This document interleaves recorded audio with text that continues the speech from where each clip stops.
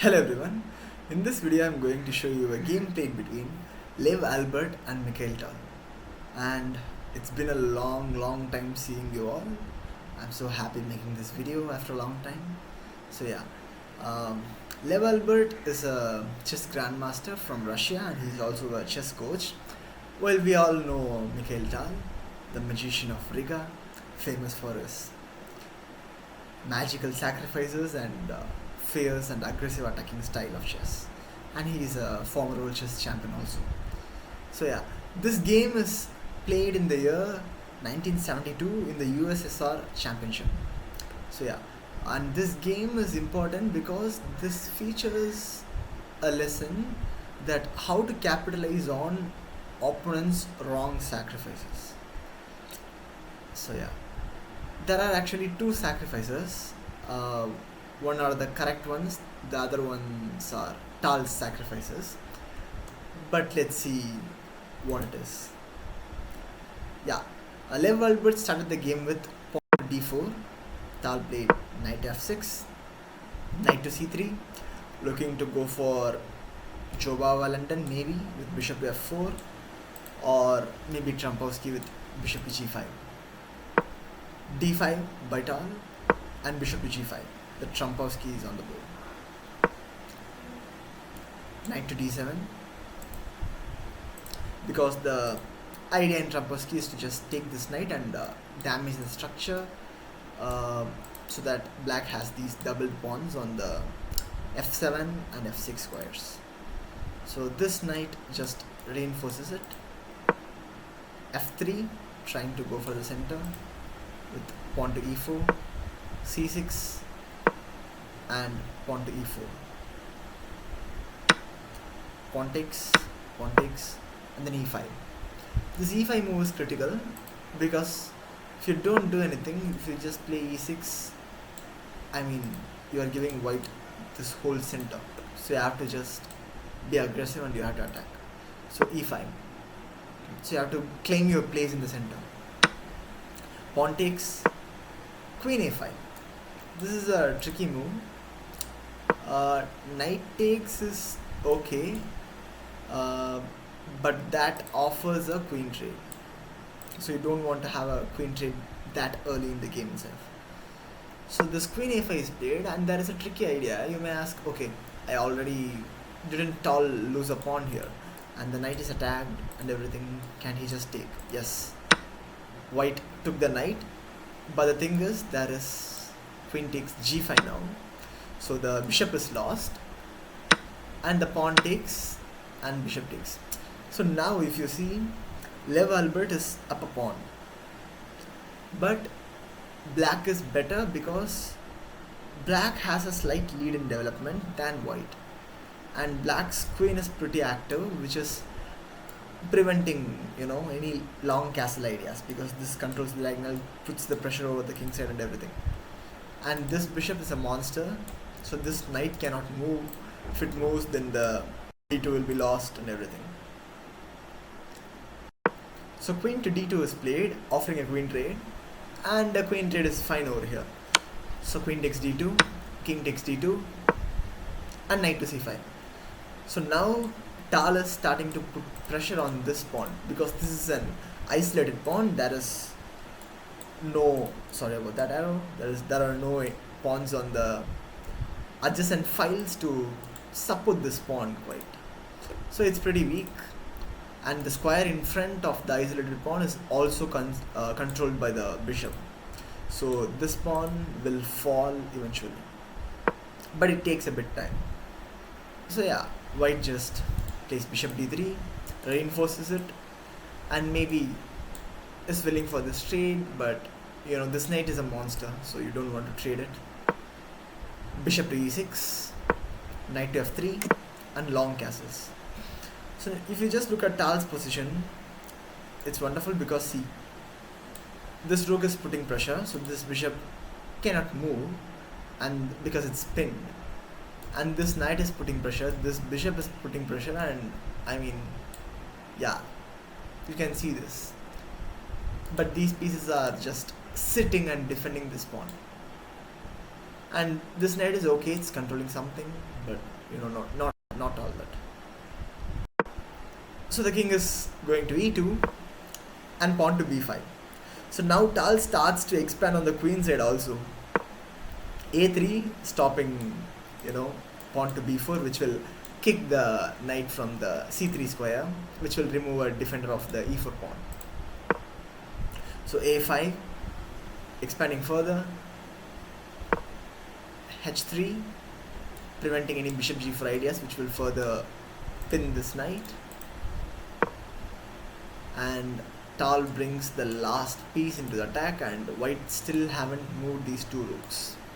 So yeah, that's how black is so lead in development, and even without a queen, Tal is a lot better.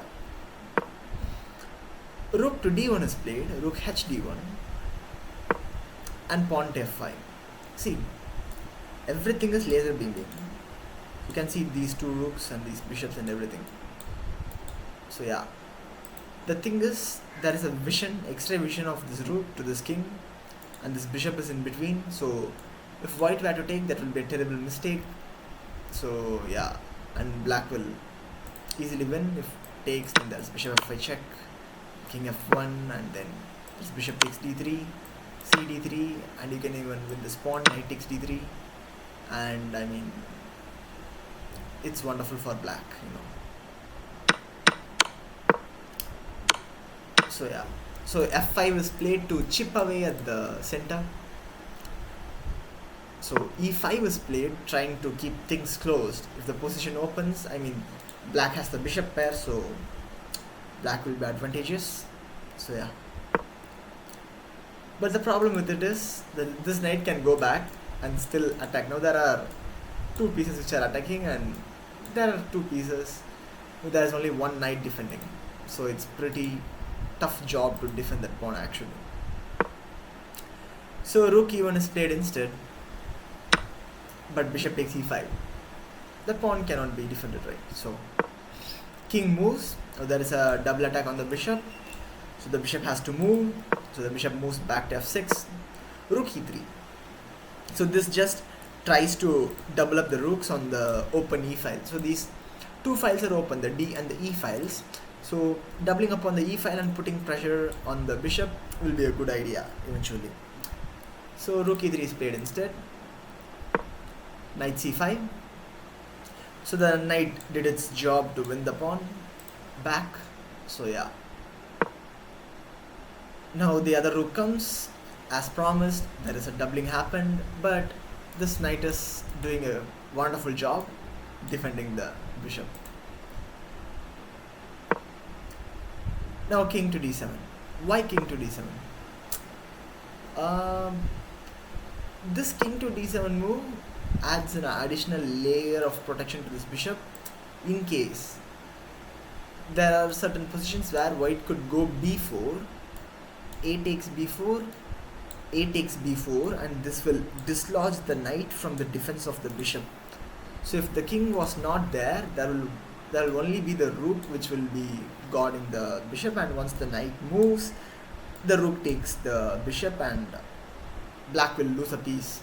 So it's a prophylactic move to bring the king to the defense, and it's completely fine in this case because there are no rooks on this file to just attack the king, so it's fine. But in this position, Lev Alburt played knight takes b5, thinking, okay, if Tal takes, I have bishop takes b5 check, king e7, and bishop takes e8 and rook takes e8, and I will be up an exchange. So white will have two rooks while black will have only one rook and a piece for the two rooks. Also a pawn, but it doesn't matter. So this is what white thought, but even this position is better for black because you can see how active these bishops are. So already b2 is hanging first of all. If b2 falls, then a3 will fall because it will fall eventually, and there are a lot of things happening in the position. But let's see. What are the other ideas? Okay. What else can Tal do? Tal can take this, and we saw this line. So this is the main idea. But there is another thing that Tal can do. The thing is, we saw after takes there is bishop takes b5, which has this skewer, and once the king moves, the rook will be lost on e8. So the problem is this bishop, right? So what if I just take this bishop? This is what white would have seen. If the bishop is taken instead, actually white is better because there is rook takes d3, which comes with a check. And you cannot just move your king. If you just move your king somewhere, you're just simply losing. Yeah, because white just won a pawn already. And let's say you block with the bishop, there is knight to c3 back, and white is simply a pawn up and doing wonderful. The position is great for white. So this is what white saw, and white sacrificed the knight on b5. But who white was playing is Mikhail Tal. This sacrifice is wrong because there is a critical move in this position which Tal played, and feel free to pause the video and find the winning move for black. Take your own time.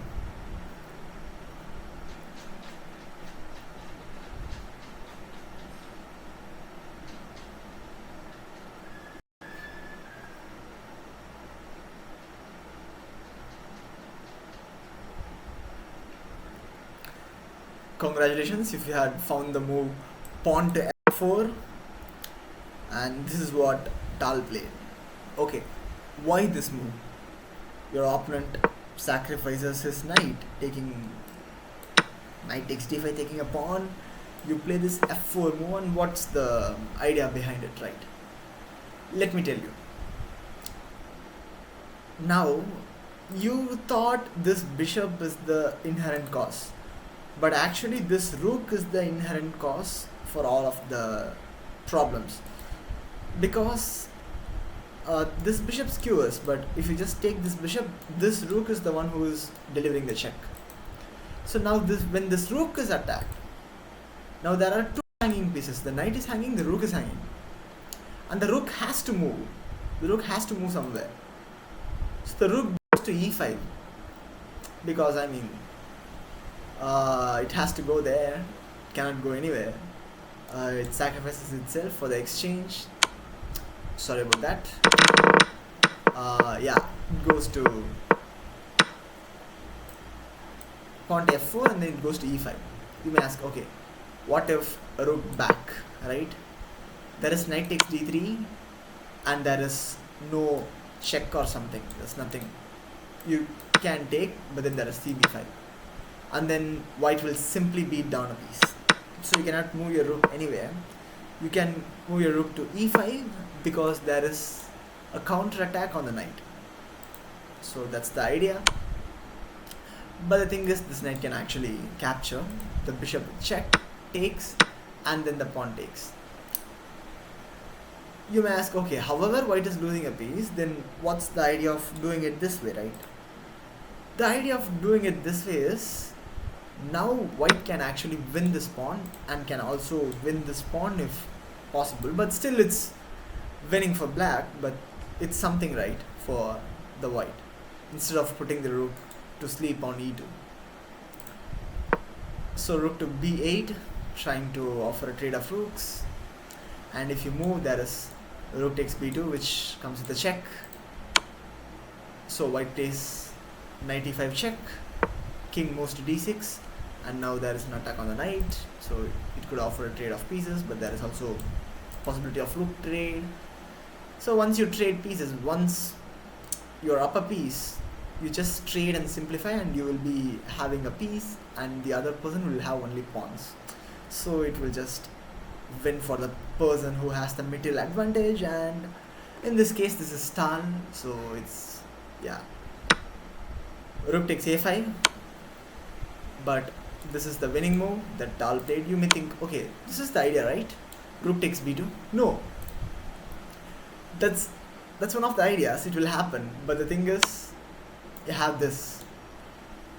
There's a check, so the king has to move. Once the king moves, then bishop takes e1, wins the rook, and Tal will simply be up a rook.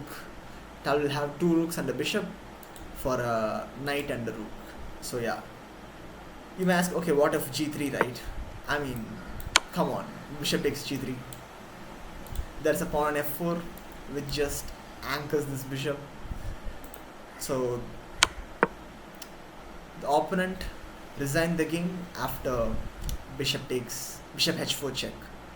So yeah, so this is deadly, and this shows how to exploit wrong sacrifices by identifying the root cause of the problem, right? So that rook on e3 was the problem piece, which could go to the d3 square and check. So to dislodge that piece, f4 was played in that move. Yeah, thank you so much for watching, and don't forget to like, share and subscribe to the channel, and thank you all. See you once again. Bye bye.